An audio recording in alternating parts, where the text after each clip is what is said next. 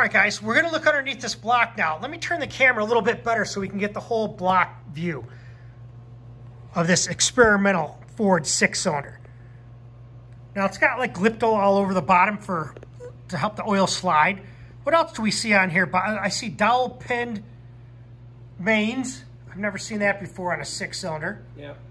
Yeah, we did that. I see an X on the block. It almost reminds me of the scratch block or something like on the old Ford 28s. The reason an X is on there is to keep it separate from the production ones. And so whenever you see one of these custom XE blocks like this, it'll always have an X on the inside of it. That's the easiest way to determine if it's a special block or not. Is look for that X on the inside. There you go, guys. You hear that? You can see the lifter bores have bronze bushings. They almost look like they're offset a little bit for correct geometry. So that's pretty cool. Absolutely, that's absolutely correct. I'm trying to get the pusher on as straight as we can make. There it is. Yeah. I thought I knew. Oh, what's that? There you go, guys. We'll get that out. That's the plans. Yeah, I know you guys are going to be interested in this.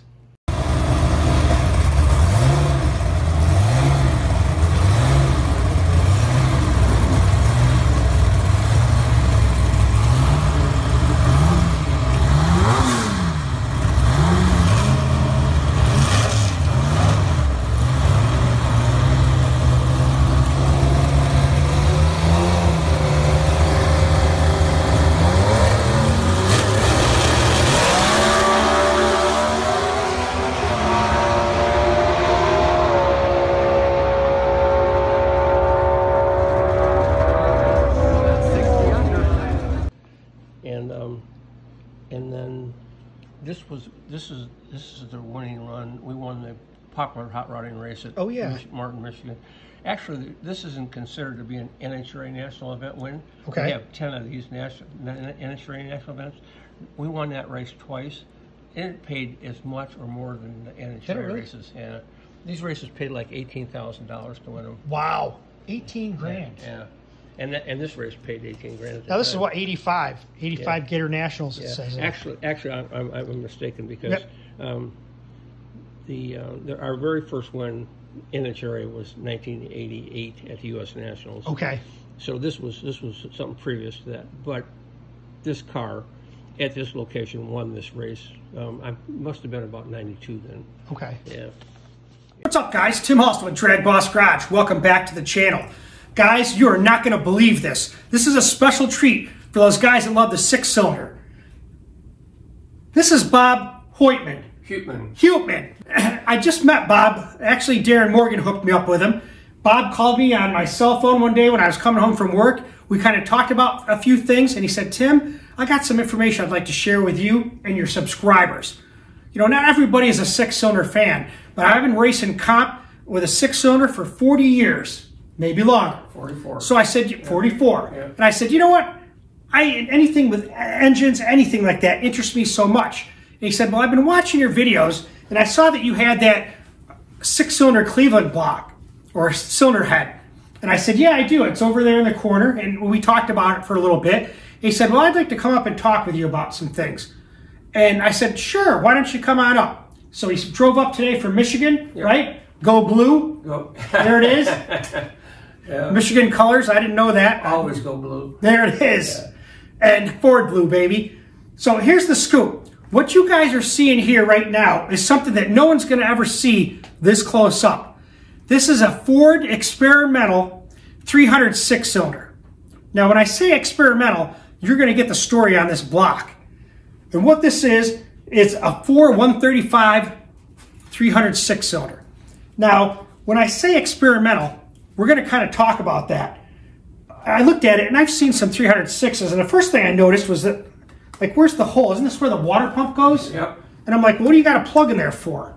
So he started telling me, I said, whoa, whoa, whoa. We got to make a video on this. Yep. So I said to Bob, I said, let's find out what the rest of the story is. Okay. So did you work for Ford? Yeah, my partner and I, Steve Ambrose, and I both worked at Ford Engineering Center, and I worked in the dyno lab, and he worked in the reliability lab. Okay.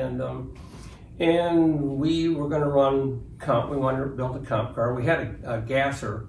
We had a 65 Falcon with one of these motors in it, And now was that a 306? 306. Yep. And it had a original 6-piece CJ Batten furnace brazed Boss 302 head on it,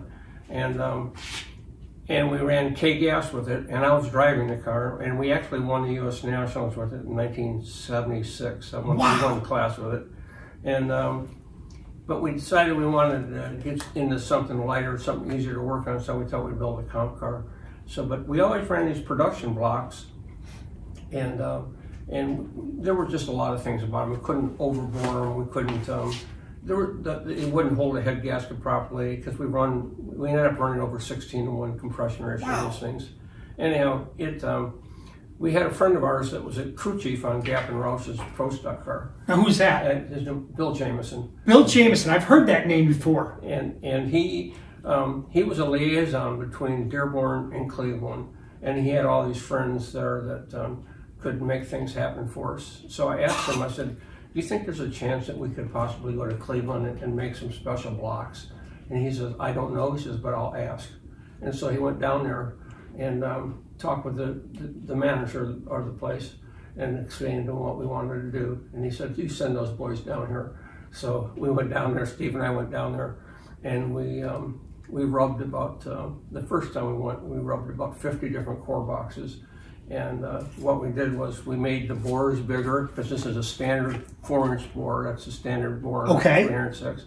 And now some of our motors are 4-inch 180, and also so we have a bigger bore. We added a 1/2 inch of material to the deck of the thing, so the head gasket, is very, very stable in these things. And we also Siamesed them between each cylinder. I see where you filled it in all through here. This particular block is filled with hard block. Oh, okay. Because we had a crack in it, and this was just a spare in case we ever needed one. Yep. But anyhow, so the decks are thicker. They're Siamesed in between them, which means there's material that ties these two cylinders together for 2 inches down the bore. I understand. Okay, so that ties the whole top end of the deck, much, much tighter. Right. And with the bigger bore, we could take advantage of the V8 head that we were running on. The thing at the time was a Boss 302 head, with 6 pieces. Sure. And so, so we went down to Cleveland and we rubbed these things, and we watched them, being poured, and we followed them through the casting center and all that stuff. And then when we got done, they said, "Well, let's ship them over to engine plant 1, and we'll machine them for you." So we loaded all these things over there and went over to engine plant 1, and we walked through there, and we did a walkthrough with them, and we said, "Well, we don't want this done to the block. We don't want that done to the block." And there were certain procedures. And what we did was we painted these engines white, and or silver. I think they were silver. Okay. We painted them all silver, and we just a raw casting, and so we when they started sending the blocks down the line, if we didn't want that procedure that particular station did,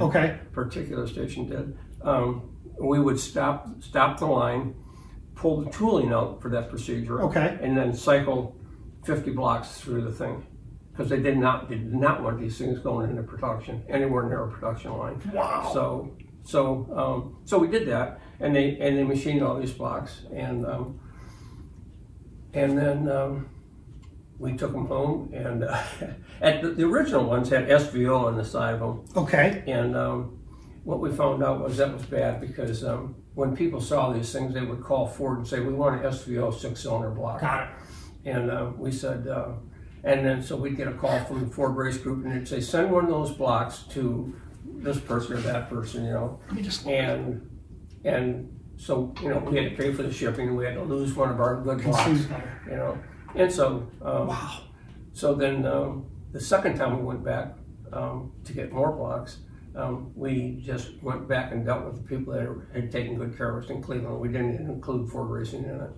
And, but this was all because of Bill Jameson. If it hadn't been for his connection there and everyone loved him. He was just a great guy. And so that's how we got our foot in the door. That was through Bill. But so then we went back for a total of 3 times, and we borrowed a friend of ours stake truck, and we loaded these things up after they were all done, and put them on the back of the stake truck and then lied to the guard at the gate saying we're going back to Dearborn for destructive analysis in our race car. He didn't know that though. And so that's basically how we got these things. But they just made our lives so much better. We could finally build some good power with them. And the fastest we've ever ran with a Roadster, I had a Roadster and a Dragster, and the fastest we ever ran with a Roadster was 762. 762? Right. Yeah. With a 6-shooter? Yeah, at 170 miles an hour. What? Yeah. This is tripping me out, man. And then we had the Dragster went 742 was the fastest it ever ran at 174 miles an hour. So it was just it was a blast, and it was cool because it was something very, very unique. People look at it and say, what are you doing with this 6-cylinder? Right. Well, you have to understand how the classes are formulated in HRA. It's weight per cubic inches. Sure. But it also means you can run 4 cylinders, 6 cylinders, V8s, supercharged V8s, turbo V8s, turbo 6 cylinders, all kinds of different classes. I think there's 92 classes that make up Comp. Okay. And so this one just happened to fit really well in the class, and there wasn't a lot of competition, so we didn't have to worry about our index getting dinged every week. And so we just stayed with these things for 44 years. Wow. Yeah. I mean, I tell you, I just got chills for, I don't know why, but it's just like this piece of history, that one, Siamesed helped facilitate all this. Yes. And you took the Ford flag and ran with it. Yeah. Congratulations to you and Steve Ambrose. Yeah. Steve was when he was on his game, he was hard to beat, and every once in a while the crew chief would make the right calls on it and would be successful with it. So Steve was instrumental in making this thing. I mean, very instrumental in making this thing run. Yeah. So on a regular 306. What's the max over? They're a 4-inch bore. Mm-hmm. What's the max overbore on a stock factory block?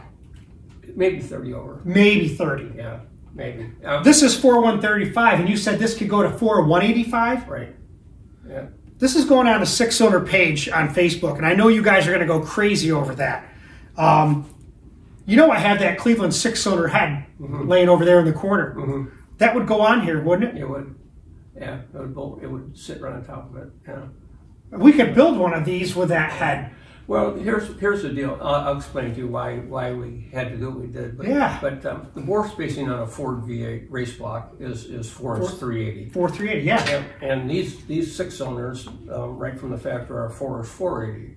Say that again. They're 4-inch 480, so okay. They're 100 thousandths wider. Yep. Which was good. That way we could have a bigger bore. Yeah. But so what we had to do was when we machined originally, before we got our billet heads, we used to add 50 thousandths to the ends of each piece, and so we'd make up that 100 thousandths bore spacing difference, so the combustion chamber would be centered. I get it. Right over the top of the bore. Yeah, and so that's why some of those heads, like the one you have there, was cast iron welded, which is ridiculously hard to do.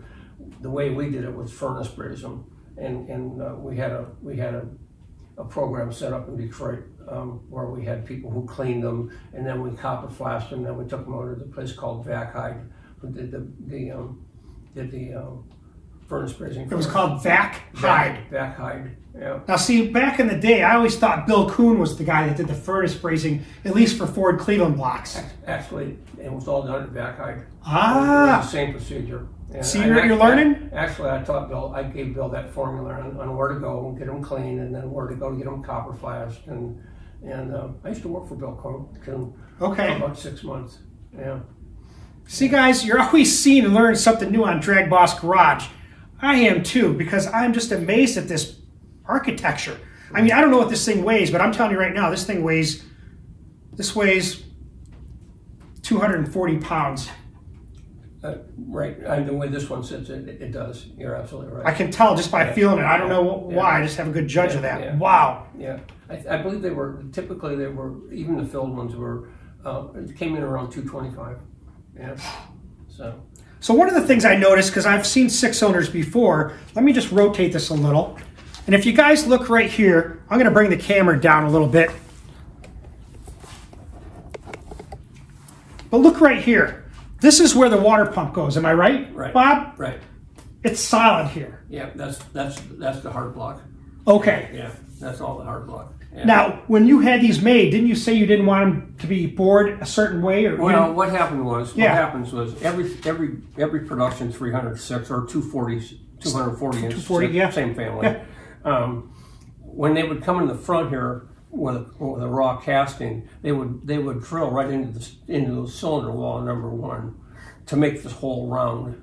Okay. And so we said, we don't want that. So that was one of the procedures that when we were going down the line, we stopped them there. They took the tooling out that went in and made that whole round. Yep. And then we didn't have a dent in number 1 cylinder. And so we would when we sonic every one of these things, and sonic check every one of them just so we could sort them and say, okay, this one can go 4-inch 180, this one can go 4-inch 090, right. This one can only be 4-inch 070. You know, so. So there was some difference, some discrepancies in the wall thickness, but we just cherry picked the big ones, and right. that's the ones we used. Yeah, most of the guys in Comp that run a 346 use one of these blocks, and we gave them all. So we never sold one of them. We just. How many were made? I'm guessing that all total. I can tell you there was a lot more cores made than there were blocks, because Ford was very fussy about when they came out of the core box what they looked like. And if there was any scraps in them or not, they didn't even talk to you. They just picked it up and threw it in the trash. Yeah, they just would trash it. No, don't do that. You know. We I know. I get the feeling. Yeah, but no, I guess we got probably between 80 and 100 of them out of them. Wow. Yeah, and they're all around the country right now. Some of the people, Glenn Treadwell runs. He actually runs our old car, and he's probably got 8 of these blocks, you know. So he's got a lifetime supply. Yeah. Man, you know what I'm thinking, boys. Just amazes me. 69 Mustang. I got that head. I've been looking for a block for that thing. We better stop talking because I'm getting kind of crazy now. I'm excited about this. But I'm going to do a couple other things here, and then we're going to end this video because we're going to do something else. So one of the questions I had about this, when you rub these cores, or when you even thought of this, you had to have a blueprint. And I saw one underneath. There's something that looked like a blueprint to me. Yep. And you took it out and it's sitting over here. Yep. Now, obviously it's a blueprint. Right. Is it a blueprint of the block? This is a typical. When Ford has any kind of engine, let's show them right up here. These things go into what they call the archives, and this is a print from the archives.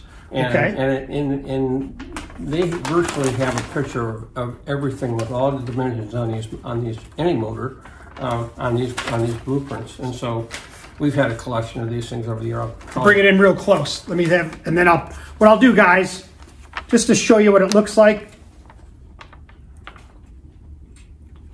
I'll take pictures of this and put it in the video so people want to study it and look at it. So, sure. What a piece of history. Yeah, it's I mean, for every Ford 4-cylinder, 6-cylinder V8, V10 motor, you can go to the archives and get the Ford archives if you have somebody that can get in there for you, and they get you these prints. But when we're machining these things, even when it's something as simple as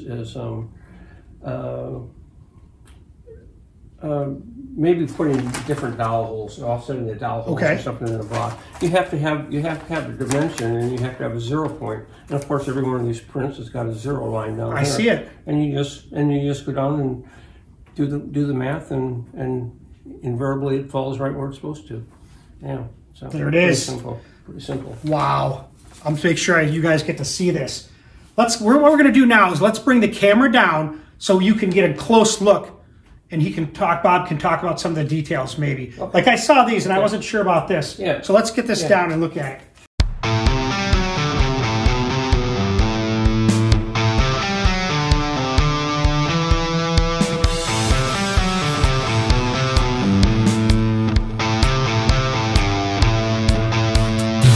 All right, guys, let's look close at this block. Now here's the front of it. You can see there it's upside down, but it says 4135 bore. That's where the hard block is and where they did not want to machine that. Am I right?